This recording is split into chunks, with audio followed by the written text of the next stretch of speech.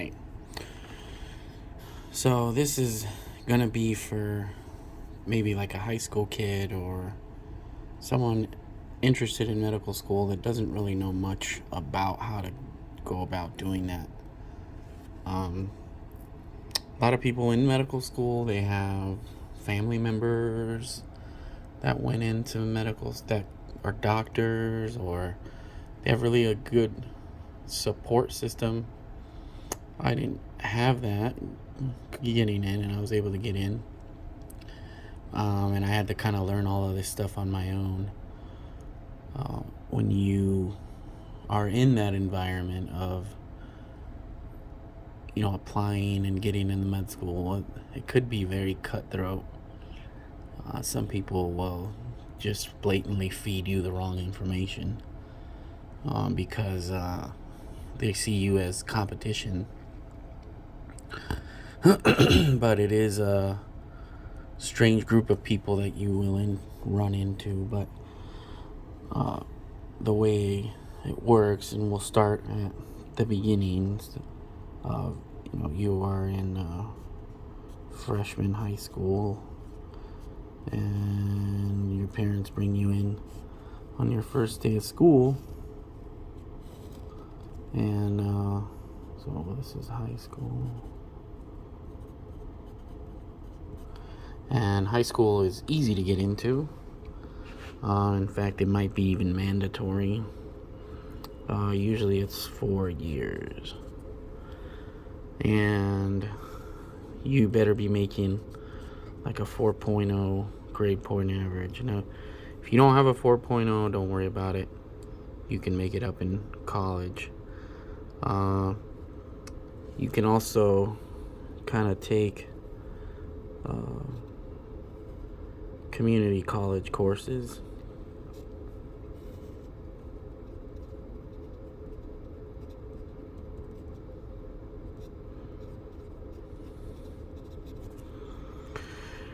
When you're in high school, you can graduate early, but by then you should be a big kid, and you should be anywhere from 17 to 18 years old. You can probably make it earlier than that, like if you take the community college courses, but I don't really see that happening very often. I do remember being in I think a third year medical school, and some kid turned 21 then, so I mean, so that guy must have been really young when he graduated high school. Anyway, so from here you go to a university.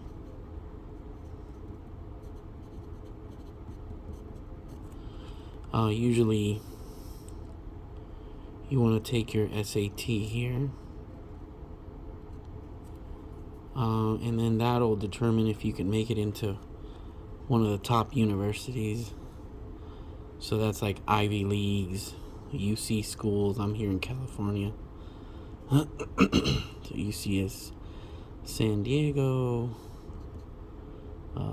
San Francisco, you get the picture. So these are all academics schools. You can do like half community college, and then the other half university. So this will be a lot cheaper, this track here, than if you go straight here. You want to try to get as many scholarships as you can. My father was a Vietnam veteran, so the veterans paid basically all my schooling. I didn't really have to pay out of pocket, so that was good. If you're out of state, if you come from, so here you're competing, you're not going to compete to get into here. It's pretty much like high school. And then usually if you do they call it undergrad. Well, they call it like, I don't know, it's like you take the first courses, and then once you finish all that stuff, you're pretty much a shoo-in to, if it's like a good university, So, like, let's say you're in San Diego, like, for example, like how I did it. So, I lived in San Diego. I went to community college, and then it was basically fast track to. I didn't go to UCSD, but I could have gone. But I went to SDSU. But they really didn't. It's just kind of like a fast track where it's if you want to go straight to university, they want because there's some competition already, so you're competing against other people. So out of those supply and demand, so here there's no demand. You just apply to high school and you get in. And that's it, unless it's a charter school or private school. Then they might have some way of selecting. University, you're competing against other people. So what they look at is, does your family donate? It's like, who do you know? So money, connections, and then obviously grades and extracurricular, right? So, and then another path you can take, we'll bring it over here, and it kind of same thing. You can take the military. That's another problem. So the military, there's two ways. If you're enlisted, or if you go to the academy. Military academy. Alright, so this is free. Pretty much free. You have to pay here, mate. You might have to get student loans. You can probably, it's not as expensive though. You can do this route, or you can go in the military. Military academy is hard to get, but if you go in the military, you're gonna have to, once you finish, then you can go back. So I wouldn't enlist in the military, get into a military academy, and then you can go. So once you're done here, so here you just have a high school diploma. Once you're here, you're much older. You're going to be anywhere from 21 to 22. And that's just roughly what the ages are. I mean, obviously, if you had to repeat a year, you might be 19 years old. You got in trouble, or you might have your GED. So, that's just roughly. And here, you might be having fun, traveling and all that stuff. I didn't get into medical school until I was, I think, 25 or 24. I can't remember. Maybe 24 years old. Okay, so obviously I spent a lot of time there having fun, partying. Alright, so from here, you're going to graduate with a bachelor's in science. If you graduate here, you get like associate's degree, I think. And then bachelor of science, and then there's a bachelor of arts too. But if you do bachelor of arts, I don't think it's enough to get into medical school.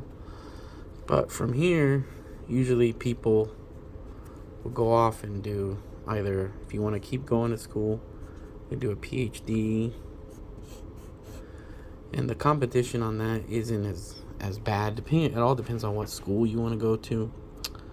But if you want to go to medical school, then it's hard. It's a great bottleneck. And this is where it's going to get really, really cutthroat, and you meet some interesting types of people. Because here is when the supply of medical school is low, but the demand is high. So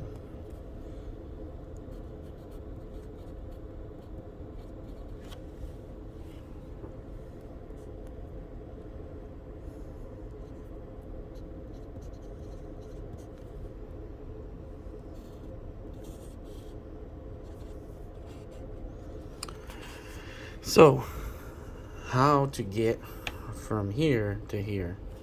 Uh, so that's the question that I'm gonna answer. And I've been on these committees where I'm an anesthesiologist by trade, uh, but I spent some time in school in academia, and I've talked to many people. I've also been in committees where they select these people getting into medical school, and you're talking about, anywhere ratios from, 400 to 1 in some schools. So out of 400, they'll pick one. And some of these classes, they're not that big. Some medical schools only have like 60 people in them. Usually 120 sometimes, but not like I went to Loma Linda, and I can't remember how many they had, but I remember we all fit in a pretty small classroom. That's when I went. I know they have a bigger school now, but when I was there, it wasn't a lot. But here, you're competing with basically all these people here trying to rush in, and the bad thing about it is that the bad part is you're not only competing against your fellow high school kids, but you're also competing against some of these people, like foreigners. And some of these guys are, really old. And, they're they got a cane and stuff like that. They're really old. And they've been doctors in their country for years. And they come here, and then they're competing against you. So what do they look at to get in here? So just like here you had your SAT, here they have a thing called an MCAT. MCAT.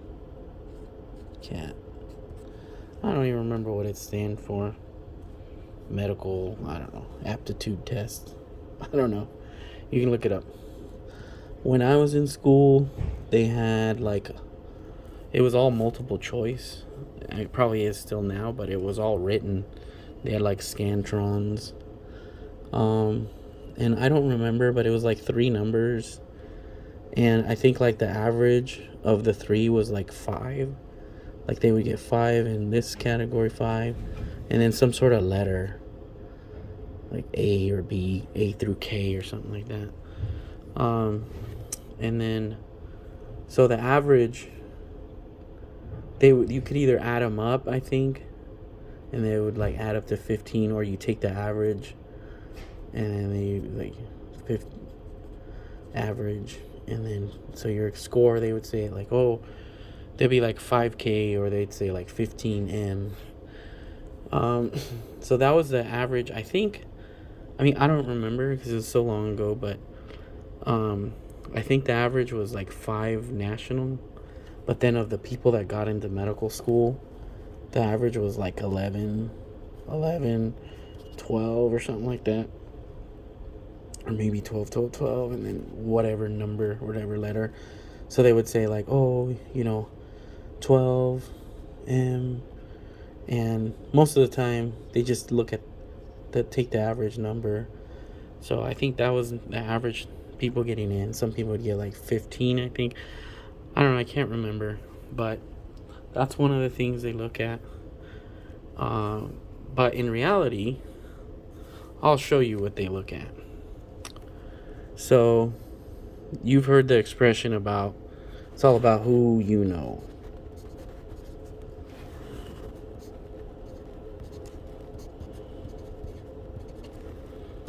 And that's true.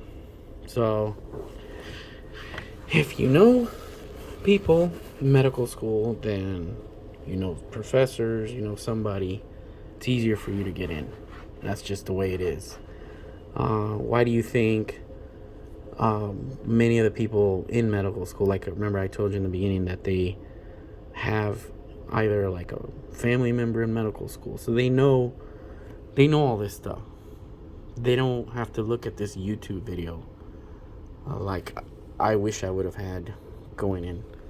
But you know somebody, so their parents, and usually with who you know, you have to be marketable. So it's not only, yeah, I mean, who you can know somebody, but if you have nothing to offer them, it doesn't matter. So who you know, and the second one, what can you do for them?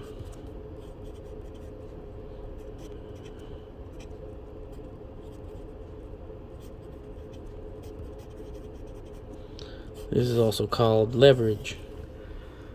And usually, like, if you're still in this stage, you don't have a lot of leverage. You're basically nothing.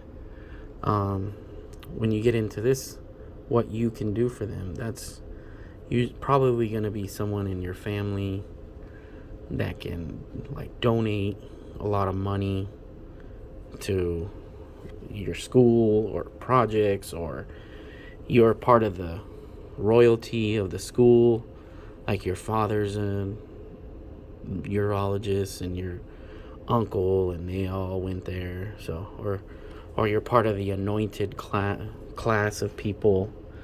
um, so like, you have somebody famous or something like that. So who what you can do for them. So that's number one.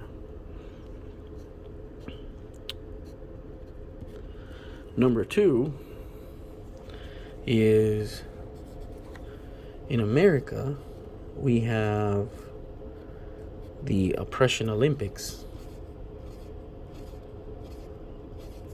So they have, now that they passed Supreme Court passed a law against affirmative action. They're not supposed to be doing this anymore, but at the time that I recorded this, a couple years ago, they had lawsuits against Harvard for discrimination against Asians, and that's the truth. So they have quotas to fill, and those quotas are basically put there by the government.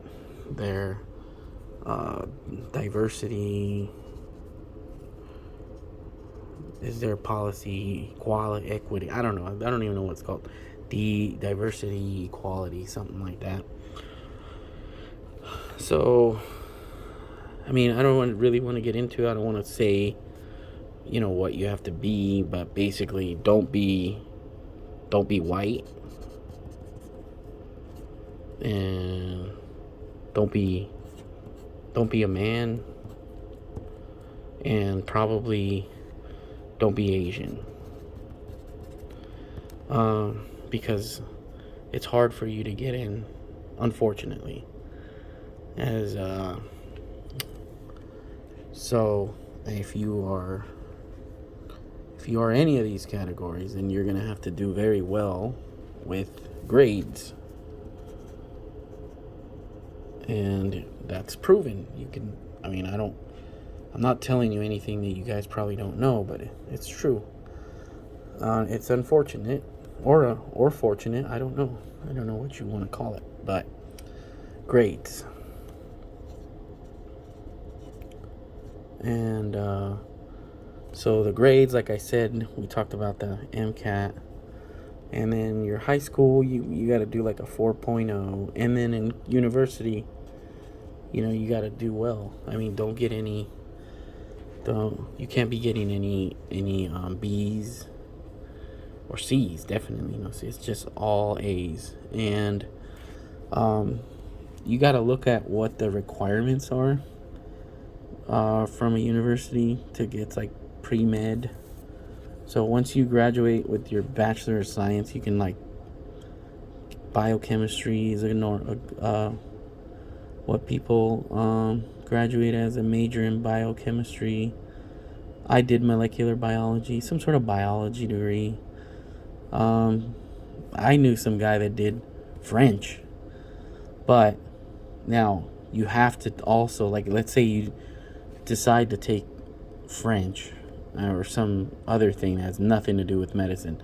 You still have to complete some of the core classes, because all those things are going to be in the MCAT. And when I was in school, I can't really remember too well, but I think it was 1 year of general chemistry, 1 year of organic chem, they call it OChem, 1 year of like advanced math. That's like calculus and stuff like that. Biology, I don't really remember how many years, probably 2. But they'll have all these stuff in there. And so you better look up what your school that you want to go to requires. So, because you got to finish that and then do well, and then do well here. Now, how do you do well here? So, here, you got to basically work hard, unless you get in on some sort of like piggyback ride. Like if you're, I remember there was this guy, he came from like, I don't know, he was really tall, he was from another country, and he played basketball. And he was in one of my classes, and basically he would never show up, and was kind of retarded, but I mean, he got a C anyway. So, so they protect. There's certain people. Remember, it's like who you know, what you can do. So, I mean, unless if you're not that category of where you have something to offer the school, where they're gonna help you out, then you're in this little section here, this little rat race bottleneck, and you're gonna have to do whatever you can to stand out, and that includes doing well here, and the thing is, most people in here, they're gonna kick ass on here, and they'll kick ass here, and then they'll have been a cardiologist in their country for like 15 years. So when they take this thing here, or they'll take some other test too, I don't know what it's called, but they'll take some other test and they kick ass. So you're competing against all these people. I remember, like, you're 21, 22. You're 21, 22. You might as well be 18. Your mental capacity. I mean, your brain doesn't stop growing until pretty much 21, completion of myelinization. So I see the world. I'm 41 years old now, and I see the world way different than when I was 21. And I'm a lot wiser, I'm a lot smarter. If I were to take this test now, I'd kick its ass. Maybe, just by studying just a little bit. I mean, obviously, like, I can't go in the cold turkey, but give me like a month and I'll smoke everybody, because you're a lot wiser and stuff like that. So, you're competing against all these kids, and they're trying to get in here. Now, medical schools, you can decide whether you want to go to, well, not decide, it's like basically up to, like, if you don't make it into United States one, then you can go to the Caribbean, or you can go to a foreign country like Mexico. So some people do that. They can't get into a U.S. one, so then they'll go to the Caribbean or some other foreign country. I know people that went to Mexico. I know some guy that's going in. He's like in somewhere in Ireland, and that's because you have a dream, and you don't want to give that dream up, and you'll do whatever it takes. And that I can totally understand that. And those are the type of people that make it, because in the end, whether you graduate from here, you still have to go and get a medical license, And the only way you can get a medical license is if you do an internship. And these people here, there's less of a chance of you getting an internship. So these guys get first pick, and you finish their 1 year internship, they give you your medical license, you can go work. But then again, most people don't stop here, they'll go into a specialty. So, and not most people, basically all of them. And I can talk about that on another video. But if you want to get in here, that's your number one. If you you didn't have the right grades or didn't know the right people, basically don't have any of it, you might end up going to the Caribbean. The bad thing about that is it's very expensive. Now all of this is expensive. This is the most expensive. Less expensive, depending on what country you go to. Mexico's almost free. It's very cheap. But you can think about it. It's really hard to get into an internship if you come from the Caribbean or like a foreign country. It's easier to get from here. And then even in here, you have foreigners that just basically take tests, and then they get accepted into an internship. So it's very, very competitive to get here. So competitive here, very competitive. To get from here to here, very competitive. And you'll meet some strange type of people along the way. They all act like that. If you come from ghetto, like I grew up a little bit ghetto. So, but if you come from that environment, the friends that you used to know, they don't act anything like this. It's a completely new set of people. They all act different. So you're gonna have to learn the language, the customs, and basically learn how to play this giant game that is basically from here to here to becoming a medical doctor.